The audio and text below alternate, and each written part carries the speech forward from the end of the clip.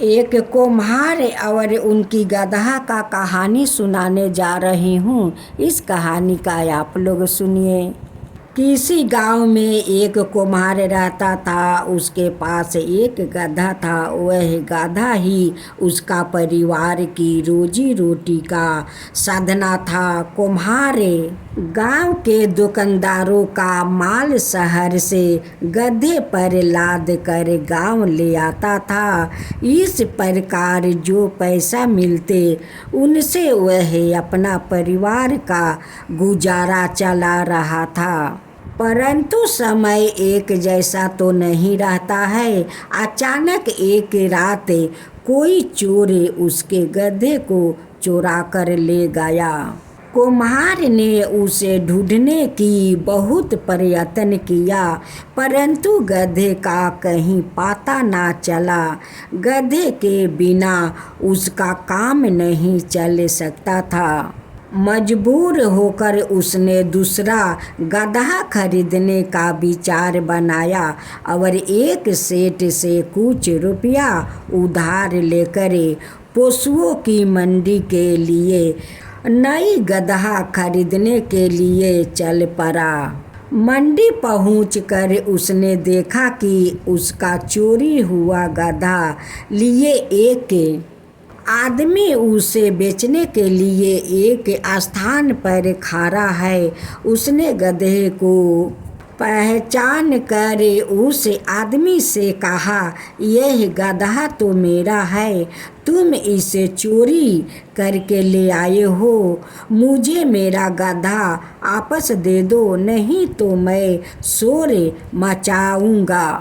कुम्हार की बात सुनकर उस आदमी ने कहा, यह गधा मेरा है, तुम झूठ बोलकर इसे अपना बनाना चाहता है।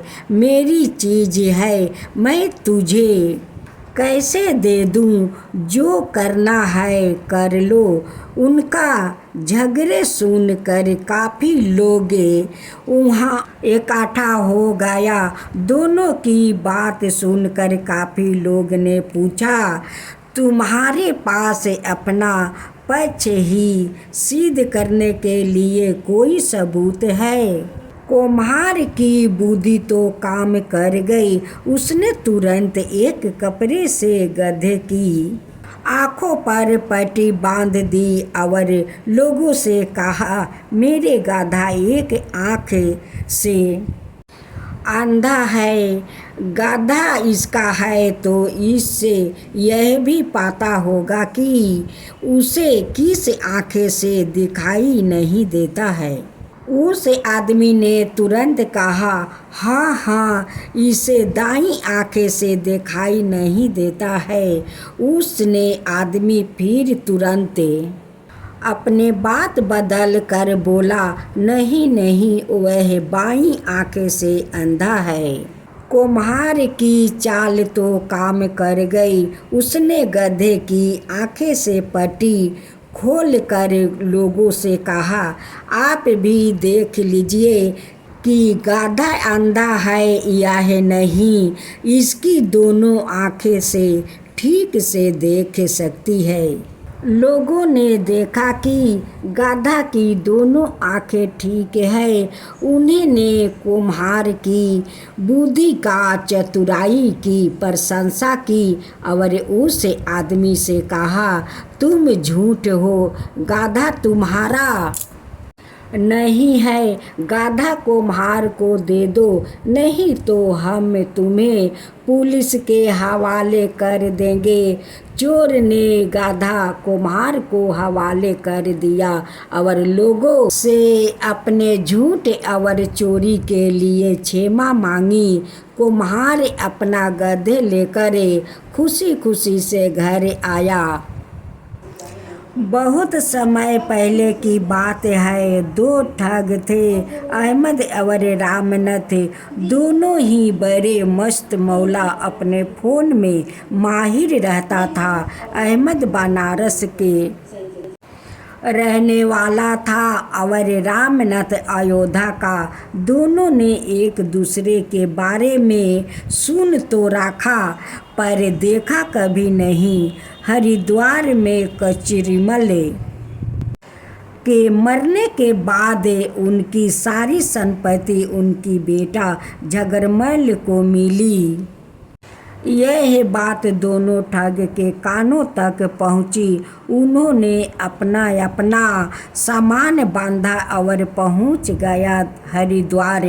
वहां दोनों की एक दूसरे से मुलाकात हो गई। दोनों ही अच्छे दोस्त की तरह मिले। एक दिन बातें बातें में रामनाथ ने अहमद से कहा, सेठ कचरीमल के पास बहुत पैसा है, क्यों ना हम उसके बेटे झगरमल को ठगा जाए। बहुत कंजूस था सेठ कचरीमल। उसके बेटा का ठग कर जो पैसा मिलेगा उसे आपस में बांट लेंगे। अहमद राजी तो हो गया। दूसरे दिन रामनाथ भेष बदल कर झगरमल के पास गया और उससे बोला, बेटा तुम्हारा पिताजी बड़े ही नेक आदमी थे। एक बार व्यापार में उन्हें 1 लाख रुपया की सख्त ज़रूरत थी। उन्होंने मुझसे पैसे लिया और कहा कि अगर मैं पैसा नहीं लौटा सका तो मेरा बेटा लौटा देगा। मैं तुमसे वही पैसा लेने आया हूँ। यह पैसा देने की बात थी और झगरमल इतनी आसानी से कैसे मान जाता। वह बोला, मैं आपकी बात पर कैसे विश्वास कर लूं? क्यों आपका पास इनका कोई सबूत है? रामनाथ ने उससे कहा, बेटा विश्वास ना हो तो अपने मरे हुए पिता की समाधि के पास जाकर उनसे पूछ लो। झगरमल माने गया। दोनों समाधि के पास पहुँचे। झगरमल ने समाधि के सामने यह बात कही तो आवाज़ आई, बेटा यह आदमी ठीक कह रहा है। मैंने इससे पैसा उधार लिया था। इसका पैसा ना लौटाने पाने के कारण आज तक मेरी आत्मा को शांति नहीं मिला है। तुम इसका पैसा लौटा दो ताकि मुझे शांति मिल सके। यह आवाज़ अहमद की थी जो समाधि के भीतर बैठा बोल रहा था। झगरमल घबरा गया और उनसे उसी वक्त घर आकर 1 लाख रुपया रामनाथ को दे दिया। रुपया मिलने पर रामनाथ ने सोचा, इस पैसा का बंटवारा क्यों किया जाए। अहमद को वही मेरा इंतज़ार करने दो और सारा पैसा लेकर अयोध्या आपस आ गया। वहाँ उसने सारा पैसा लेकर चूल्हे के नीचे गाड़ दिया और अपनी पत्नी मोतिया से कहा, अगर कोई भी अनजान आदमी मुझे मिलने आए तो उसे कह देना कि मैं मर गया हूँ। वह जाकर जंगल में एक अंधेरे गुफे में छिप गया। उसकी पत्नी उसे रोज वहाँ खाना देने आती। इधर जब अहमद इंतजार करते करते थक गया तब समझ गया कि रामनाथ उसे झांसा देकर भाग गया है। वह अयोध्या में उसके घर पहुंचा।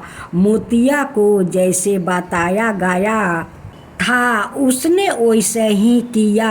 रामनाथ के सामने वह रोने लगी और कहने लगी, उन्हें मरे तो 4 दिन हो गया। रात को ऐसे कि फिर सुबह हुई नहीं। अहमद समझ गया कि वह झूठ बोल रही है, पर वह दिखावे का रोने लगी। दिन पर दिन बीतते जा रहे थे, पर अहमद वहाँ से जाने का नाम नहीं ले रहा था। वह हमेशा अपने दोस्तों के मरने का रोना रोता रहा। वही खाता था। उसे यह भी पता चल गया था कि मोतिया रोज सुबह शाम खाना लेकर जाती है। एक दिन उसे उसका पीछा किया और कुआं को देख लिया। मोतिया को बाजार से खरीदारी करने जाना था। उसकी जाते ही अहमद ने खाना बांधा और खाना लेकर कुएं पर पहुंचा और रामनाथ से आवाज़ बदल कर बोला, आपको दोस्तों जाने का नाम ही नहीं लेता है। हर वक्त कुछ ढूंढता रहता है, घर में कुछ है तो नहीं। मुझे बहुत चिंता हो रही है।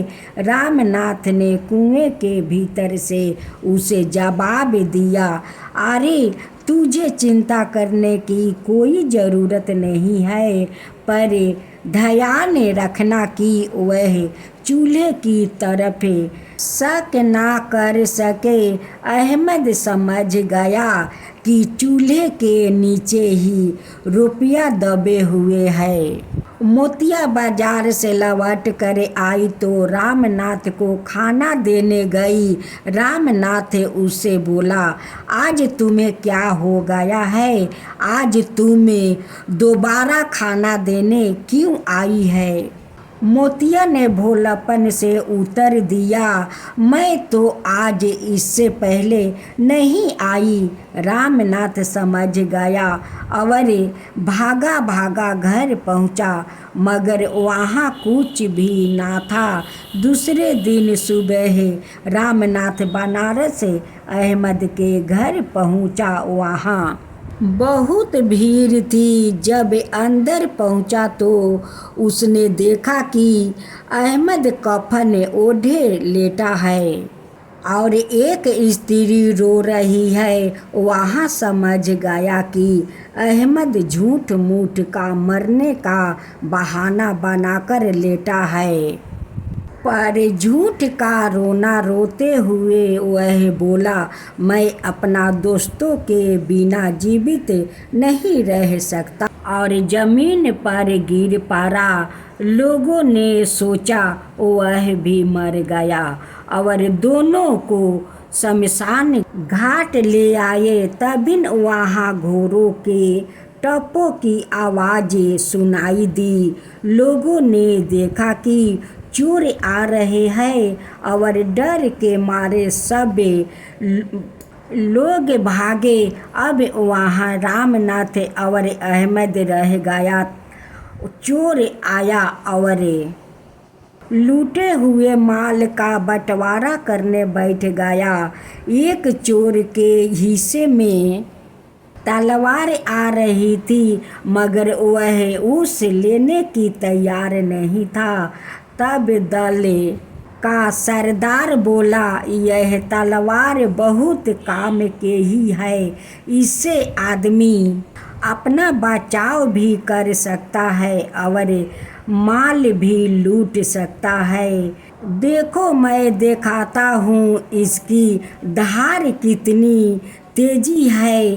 और वह जैसे ही झूठे मृतक रामनाथ और अहमद पर तलवार चलाने के लिए बढ़ा।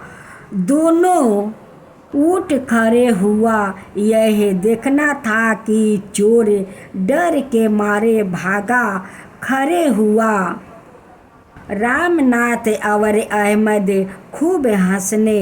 दोनों ने एक दूसरे का लोहा बन गया। उन दोनों ने चोरों के छोड़े हुए माल और लाला झगरमल के 1 लाख रुपया को आपस से बराबर बराबर बाँटा और अपनी अपनी राह चलते बने।